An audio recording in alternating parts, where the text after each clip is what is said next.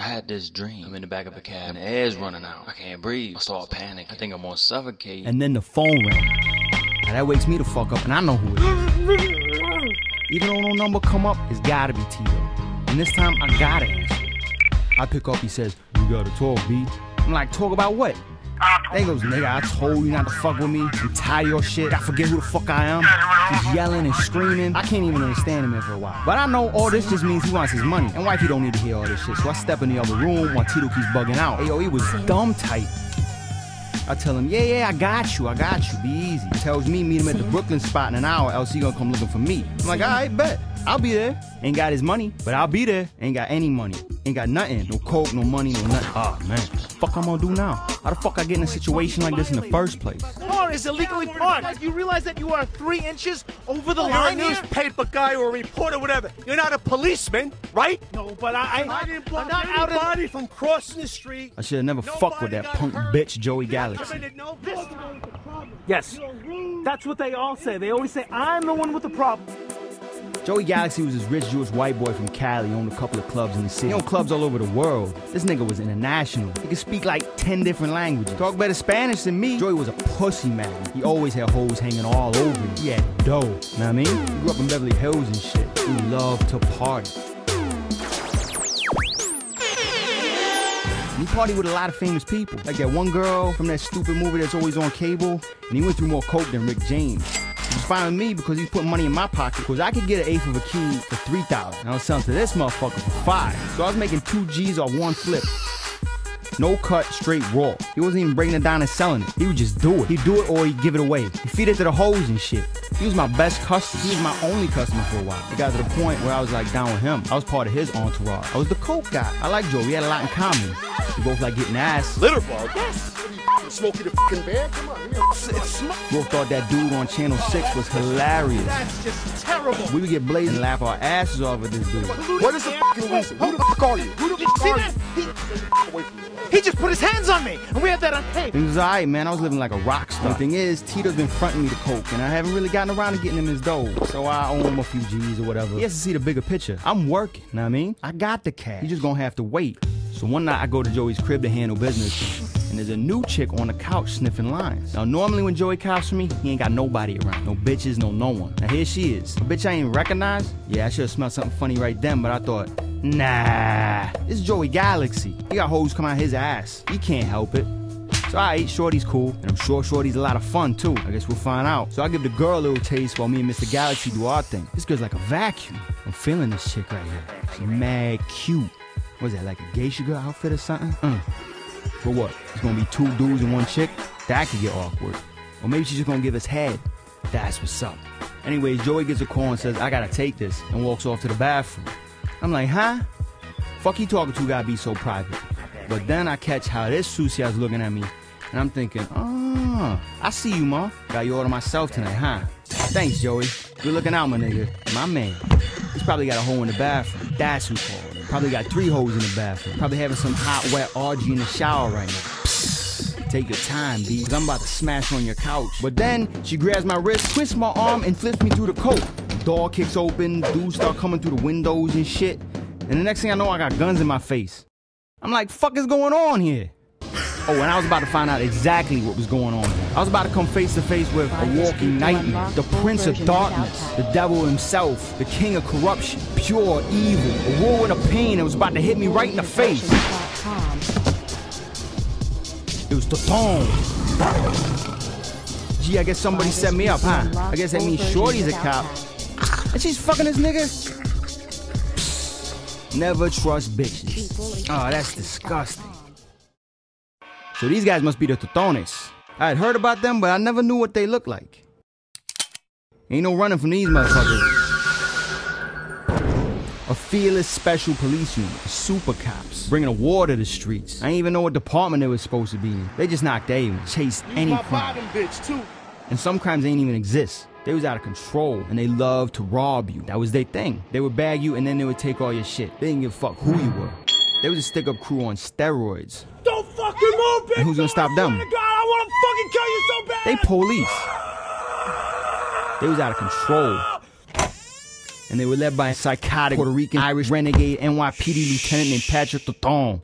They brought down a lot of big-time New York gangsters. Like Bebop Davis, ran up in his Park Ave crib, took all the dough and jewels in the house, disrespected his wife, and then hit Bop with 15 years. And what about JoJo Brooks?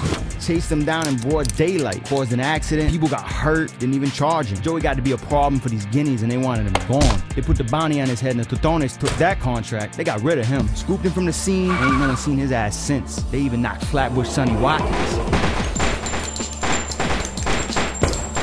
Murked his whole team. Extorted him for 2 years before they decided to lock him up. And now they got me. Gee, I'm flattered. I can't believe this is how I'm finally going out. And all because that snitching Jew cocksucker Joey Galaxy. But they ain't take me to jail. Don't charge me or nothing. They ain't even ask me to snitch on them. Not yet at least. Remember, they're the Totones. They want to have some fun. And they gotta get paid. So now I'm working for them. They keep me on the street so I can hustle. And I kick up a little something to them every week or whatever. And they still ain't asked me about no one yet. None of that, yo, who's your supplier? It was all about the money and the free drugs. They were skimming just a little at first, but then they started taking more and more. It got to be where I wasn't making enough to give them what they wanted all the time. So I had to start going in my pocket to pay these motherfuckers. So now I'm losing money. And when I re-up, I had to be slick. I used to always act like I was in a hurry. I'm busy. Be smiling in people's faces. Yo, I gotta go, I got someone waiting on this shit, and I'll be out. Before the subject of money come up, I'm gone. I ain't come here to poly. And it was cool. Getting shit for free is what I do best. But it got to the point where I was just giving the work away. No wholesale, just a handoff. Straight off the boat and into their hands. They was moving the coke themselves, now not giving me shit. So now I got no money or drugs. And I owe Tito 15 G's. I've been ducking him for months. I'm always like, I got you, I got you, I got you. And yeah, he's heated. He was born pissed off. Tito's a miserable bastard. He hates everything. Music, the weather, ice cream. But what he hates the most is when niggas fuck with his money. Especially me, because we're first cousins. If I see him, I ain't got his paper, he's gonna give me an ass whooping. Family or not, you get stomped the fuck out. And he's done it before. Like the time when we was bagging up in the Bronx, I caught a beat. He thought I was making the 20s too fast. It wasn't my fault, man. The scales was fucked up. But that summer on Coney Island, he got mad because I kept beating him at skee ball. I was picking splinters from the boardwalk out my face for weeks. I think he was just trying to show off for this chick he met there. By the time he ruined Christmas, when I kept making fun of the gift he gave me, I can't help it was an ugly ass sweater, fake ass polo from Chinatown. Yeah, he beat me up a lot over the years, matter of fact. It's still annoying, but you kinda get used to it. Anyways, I finally get the call from Toton saying meet him at the Haven. This nigga used to like to get twisted at 9 in the morning. I can use a drink, but he buy my broke ass shit. I got no money, and I'm tired of being that bitch. Finally asked me the question that by now I can't wait to hear. So who's your connect? Now, I'd rather not snitch on no one, especially my own blood. But fuck it, let them bother someone else. Tito Ochoa. Oh shit, you mean to tell me he's known about Tito this whole time? Turns out Toton had a real hard-on for Tito, trying to bag him for years. They did their homework, man. They've been watching the whole crew. They knew more about the Ochoa team than even I did. Toton hated my cousin's guts. That's because Tito was the only nigga he could never bring down. He could never even find him. All he had was that one stupid picture of him. It was driving him crazy. And Tito didn't know who the fuck Pat Toton even was. And that pissed him off even more. Toton started going insane. He was bugging the fuck out. He was possessed. And I wasn't out this mess yet. Toton needed me to help set Tito up. He wanted me to wear a wire, get him on tape selling drugs to me. This shit was obviously personal. So what the hell am I sticking around for? I'm getting the fuck out of town. I should've done this shit a long time ago. I was gonna steal my girl's car, but she took it to her mother's for the weekend. Then I remember I had some people up north I could lay low with for a while. So I go to Grand Central and boom. Come the Tostones, just waiting for me. Red scooped me up and tossed me back in the mix. I always know where I'm at. This some big brother Illuminati shit. They must be on me like a muff. I mean, I can't move, I'm trapped. They're gonna make sure I'm there to set up Tito. And it ain't take long after that for me to get the call talking about, we gotta talk, B. And here I am. Look at that, he's making an illegal turn. After all I've gone through, he's making an illegal turn. On the couch watching this dickhead again. When the phone rang again, I picked up and all I heard was laughing. I didn't have to tell them nothing. They heard the whole shit because they had my phone tapped. Alright, here we go. Let's get this shit over with. Fuck. Cops probably gonna lock my ass up too. Or maybe they're just gonna put a bullet in my head. You're gonna miss a snitch, right? I can choke the fuck out of Joey Galaxy. No matter what happens, I'm fucked. And there's nothing I can do. I mean, who you go to when you're being fucked by the police? I meet the Jakes a couple blocks from the spot so they can wire me up and shit. I wonder what they're gonna do with Tito. Lock him up, extort him, or just murder the fat bastard. Whatever was about to go down, it was gonna be ugly. Oh man. Why is this shit always happening to me? He told me out the truck and give me some mark bills. As soon as Tito opens his mouth, the shit is on. I just hope when it does pop off, I can find a place to hide or something. I don't want to get caught with a stray. But then, I couldn't believe it. I mean, I didn't actually think he was going to show up, because when I was on the train coming over here, I seen a poster for the dude on Channel 6. What's his name? Roland or whatever. Talking about need help, call now. And he had a number. So I'm thinking, fuck it. I ain't got nothing to lose. As soon as I get off the train, I'll call the number. And whoever answered the phone even sounded like that nigga. I was like, yo, there's a truck on my block, it's parked in front of a driveway, and it's too far away from the curb. Cause I could see where them Totone niggas was parked from the subway stop. I told him where I was, and he said he'd be right there. I was like, word? But I had forgotten all about him when I was getting wired up and shit. He must have jumped in the car and flew over here from Midtown or wherever. Cause he came through. There he was, with the cameraman and the whole shit. I was like, uh-oh, let me duck out the way real quick. But I had to see this. Excuse me, gentlemen. Do you realize this is illegally parked in at least 2 kinds of fashions? Fucking mic all over my face. What kind of language is that? Why can't I address one person in this city without vulgarity? This man has no vocabulary, and he's got an open bottle of Jim Beam. This man is... You're a police officer, and you're all police officers? These are police officers of New York City. What am I doing? Buddy, I'm not your buddy, and I don't have to walk. This man's gonna shoot me over a parking violation? We have all of this on camera. All of this is on camera. Get this. He is foaming at the mouth. This man is foaming at the mouth. He's an on-duty police officer. These men have drug issues, alcohol issues. This is just apprehensible behavior by the New York City police, and they're illegally parked. Well, we got all your faces on camera right here. Now they think they're getting away. You dropped your badge, you silly doofus. You're not getting away. This isn't some Steven Seagal movie. This is real life. You think you're gonna get away? You're not gonna get away. We're gonna get all of them. We have all this on tape. That was attempted assault, attempted murder. They're going to jail forever. Y'all fucking kidding me? The news got chased to throwing them away like they was the police. I can't believe what I'm seeing. That worked? This is perfect. This gives me enough time to ditch this damn wire. I can finally try and disappear for a while.